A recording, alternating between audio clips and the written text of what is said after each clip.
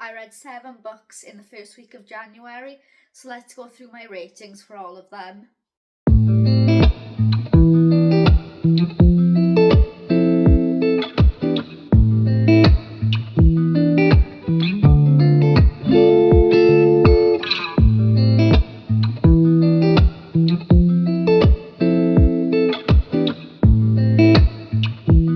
So, I don't really rate non-fictions, but I have to rate with this one. This is Just Mercy by Brian Stevenson, and this is a 6-star book. Immediately 6-star. It is such a compelling read, and it's such a raw account of what working in the criminal justice industry and working on death row cases actually does to you as a person and as an outsider, and finding out people's situations and the injustices that go on. So if you are looking for a book about the racialization of death row and about incarceration in America, read this book. If you read any book from what I tell you to today, read this one. It is the best one I have read, and it's going to stay on my shelves until the end of time, and I'll probably even years from now still be recommending it. We then have On Violence and On Violence Against Women by Jacqueline Rose. So I thought this was a good book, and it was really interesting to read. I just can't put my finger on what exactly I found missing from the book. I don't know whether I think it read a lot to me like a research paper, and they're like, obviously use other sources and stuff, but it felt like when I was reading it, I felt like I was reading through an assigned reading I had for one of my modules in university, so it kind of took some of my interest out of it, and I think it probably could have gone further, and it didn't, not a lot of stuff really stood out to me as, oh, that is something I haven't realised before. But I think it is still a good book. I read it all, what I had remaining, because it was one of my books that I had half read left. I read it in a day. I finished it. So, yeah, I don't know whether maybe in the future I need to do a proper reread of it all at once, and then maybe I'll have a more formulated opinion on what I think it could have done better, because I don't like saying that non-fiction books about important topics weren't good enough, if you get what I mean, but it didn't really stick with me, and I just think there were elements that they maybe could have done better in actually demonstrating the impacts and stuff of violence against women and girls. But yeah, I'd still say for you to read it. I would. Maybe this will be one of those books in the future I need to pick up again, and maybe refrain from unhauling when I do that at the end of the month. The next book is Trans Britain, Our Journey from the Shadows, edited by Christine Burns. Now, this was an interesting read. You'll see what I say in another of the books. But I always have a huge issue when people talk about issues, and in the UK especially, and they're like, oh yeah, these people in Scotland did this, and these people in England did this. Or they say oh, England and Wales, but they don't actually go into Northern Ireland and what's been happening there, and advancements there and how things occurred, and they don't have voices either from Wales. And it's just a big gripe of mine that I just don't think it would be hard to find someone working in that space in Wales and in Northern Ireland to talk about the stuff they were talking about in Europe, because there is a really big community in Wales, and I just feel like lumping it in as an England and Wales thing when we've got our own parliament here, it would have been nice to see that having been talked about in the book. But it did really show me like a lot of things I didn't previously know, and I didn't really realise how recent terms had changed and stuff. But yeah, it was a good book. You'll probably hear me say that about some of these except for two. But I just always I have this issue where I'm just like, it would have been nice to have seen voices from every part of the UK and to talk specifically about what happened and what has been changing and developing in those countries, because at the end of the day, everywhere has a story. It's not just UK and it's not just England or Scotland, etc. But yeah, so that's my thoughts on this book. But yeah, so I would say read it if you do want a history of trans people and like legislation and stuff. I think it is a really good read for that. I just want them to talk more about Wales and Northern Ireland and all the places in the UK. But yeah, that's that book and my thoughts on it. Then, leading perfectly, we have your attention, The Politics of the People by Jack Shenker. I am annoyed at this book. I was reading it and the entire time I was thinking, right, you're not really doing as what I thought you would in the blurb. Like, it says about, like, he takes us on a journey across Britain to uncover the root causes of our current crisis and the struggles being waged for our future.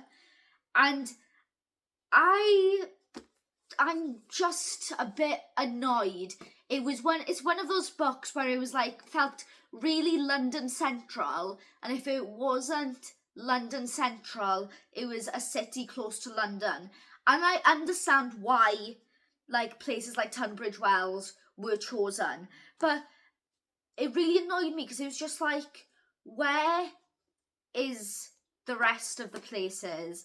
Why have you not gone properly?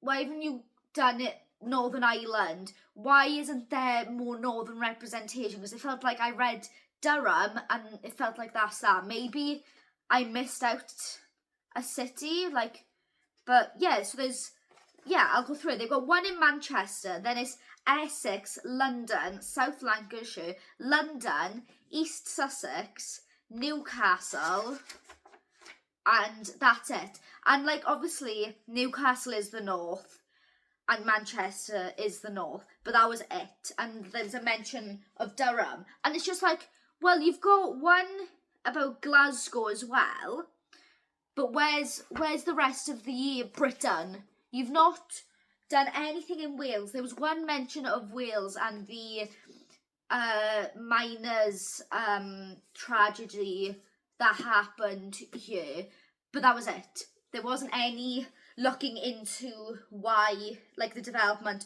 of politics in Wales and devolution and people and the impact on people, and it just kind of annoyed me. I just thought, where's the development?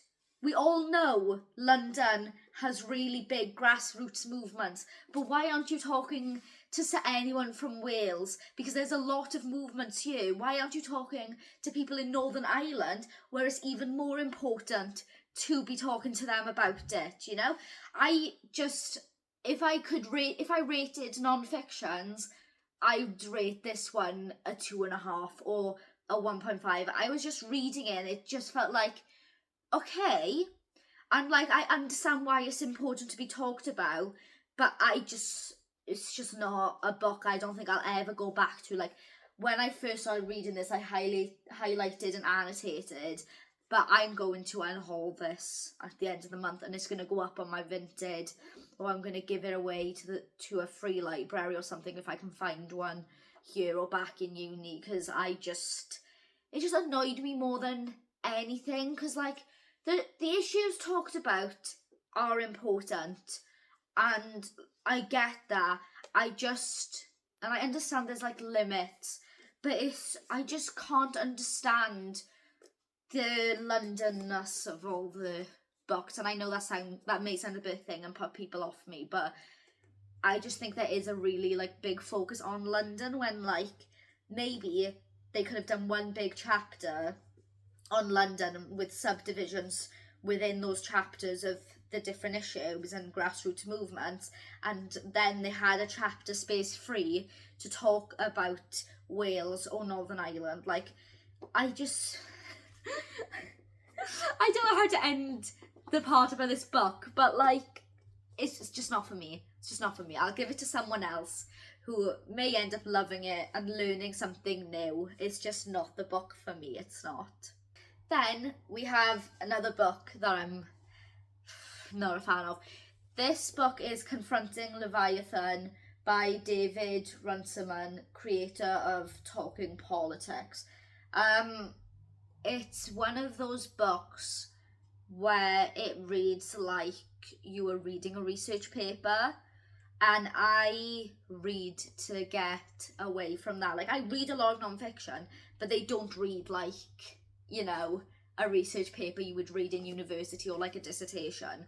And it was like really interesting. Like, when I started reading it, you can see I did do like tabs and highlights and everything, and like there were interesting parts, but I feel like I just didn't end up getting behind it.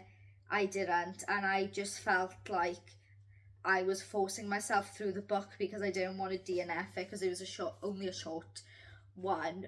So I think I'm gonna unhaul this to a better home, to someone who is really into like ideologies and like theories and like looking into that, because that's just not something I'm interested in. Then we all know what this book is, and I finally got around to reading it, and it is a fantasy, and it is Shatter Me by Tahira Mafi.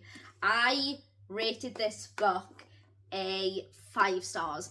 I have seen some like mixed opinions. I know it's really popular on Book Talk, but I have seen kind of mixed opinions, and one of the reasons someone said they weren't going to read it was because they thought it involved like love bombing and stuff, and I can see that perspective, I really can, but I also think this is a really realistic description of someone with such long lasting trauma that has permeated their entire life, and that they've now been offered an escape from it, and there's one person they recognise, and also the impact on the male main character who has grown up in this like fight or flight mode for once, finally finding some semblance of similarity and jumping on it.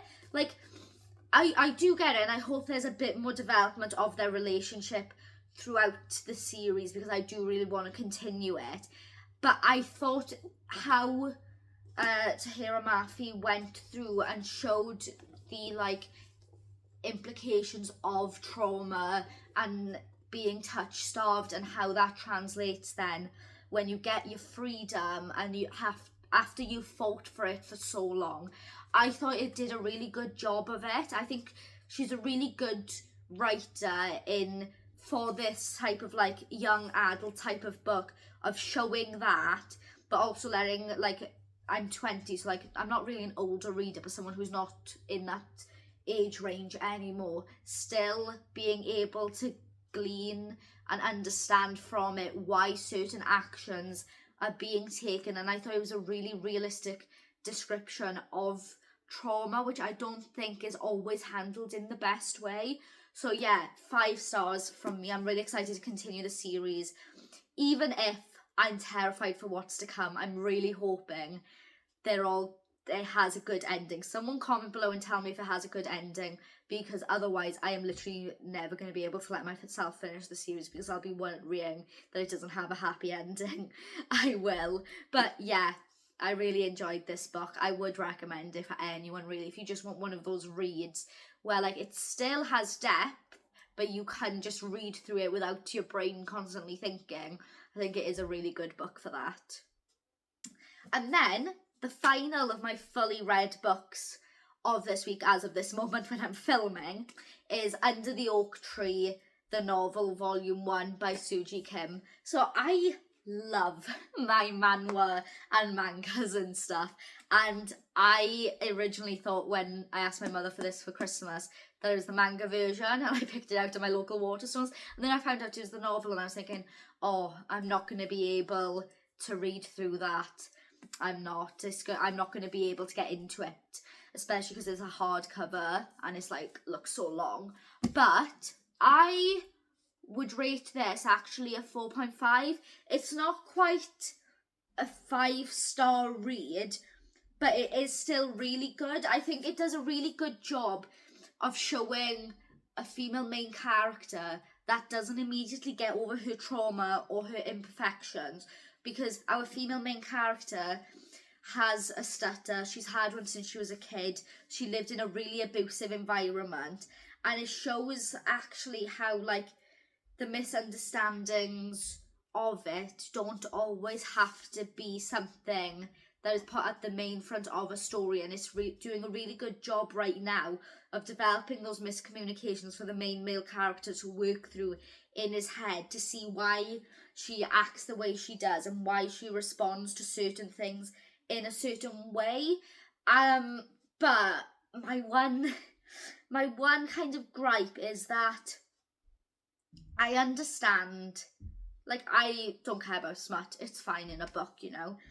I just think in this particular book, it didn't need as much. It would have been fine with less than it did have. But also, it does do a good job of showing, like, the product of its time, and, like, how back then, though you were forced into, you know, consummating the marriage on the first wedding night, and, like, of having a warrior husband who does have to leave, you know, to go to war and stuff all the time. So I just think that could have been improved, but it's still a 4.5-star rating. I'm really excited for the second and third volumes. I think there's 3 now, or the third is coming out, and I've seen a really nice hardcover, I think, of the second or third edition, so I will be looking for that when I go book shopping. But I think it's a really good book, and I would recommend it. Even if you've never heard of manhwas or mangas or anything, and you just want a like kind of fantasy, magical kind of backstory that really does well in going through the implications of living in an abusive environment, because it does have a really good, I think, kind of plot with the development of both main characters, and it shows that not all misunderstandings have to be this big blow up event, which I hate in books, because it just feels like it's a huge thing where as soon as one misunderstanding crops up, it ruins the entire relationship. But this is doing a really good job at going through those misunderstandings and kind of just providing the basis for further development in the relationship. So yeah, that's my rating of this book.